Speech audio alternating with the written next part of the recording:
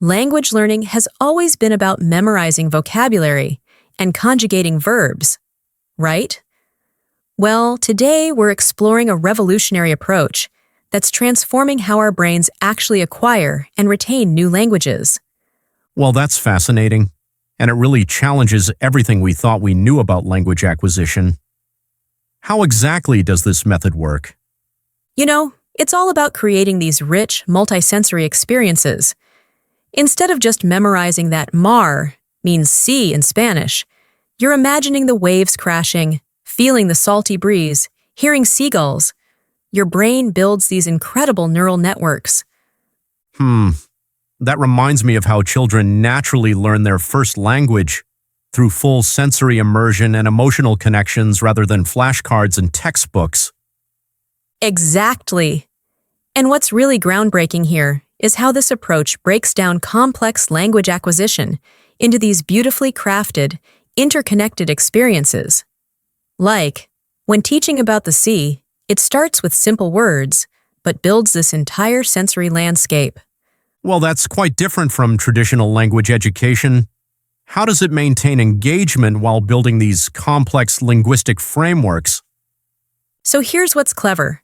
It uses this layered approach, where each new concept builds on the previous one. You start with basic greetings, right?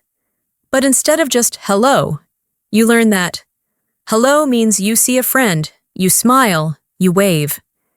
It creates immediate emotional resonance.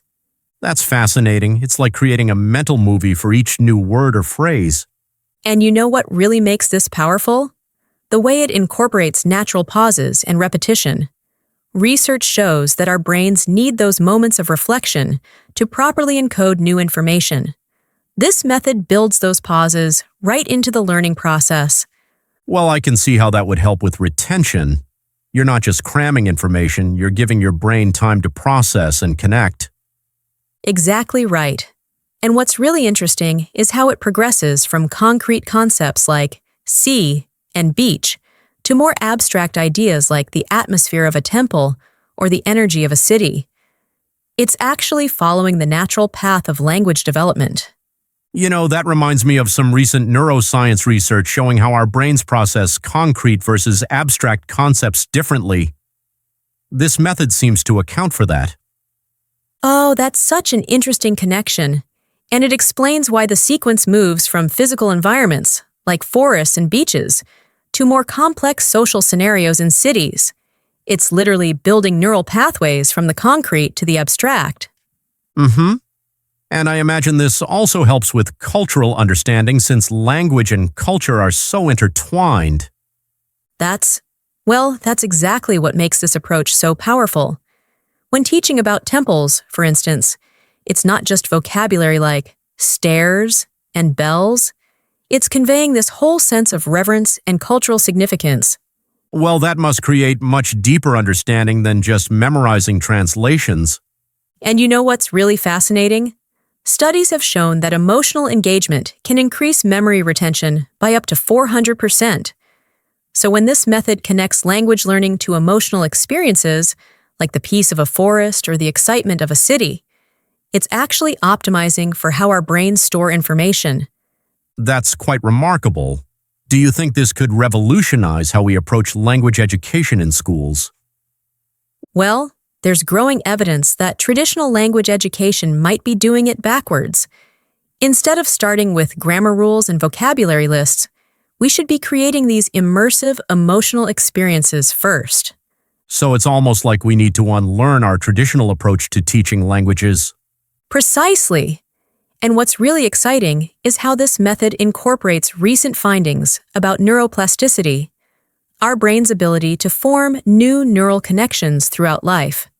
The multi-sensory approach actually helps create stronger, more resilient neural pathways.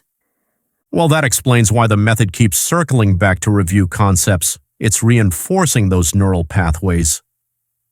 You know what's particularly clever about the review process? It's not just repetition. It's what researchers call spaced repetition with context variation.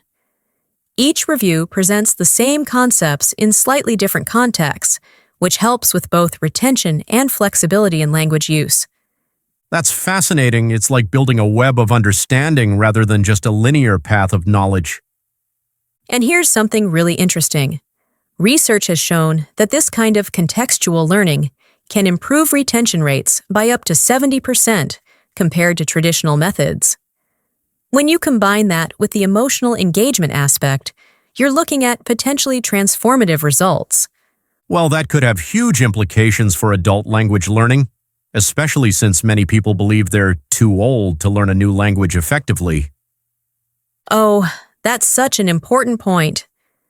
This method actually challenges that myth directly. Recent studies have shown that adults can be just as effective at language acquisition as children. We just need the right approach that works with our mature cognitive processes. So it's not about age, it's about method. Exactly. And what's really exciting is how this approach can be adapted for different learning styles.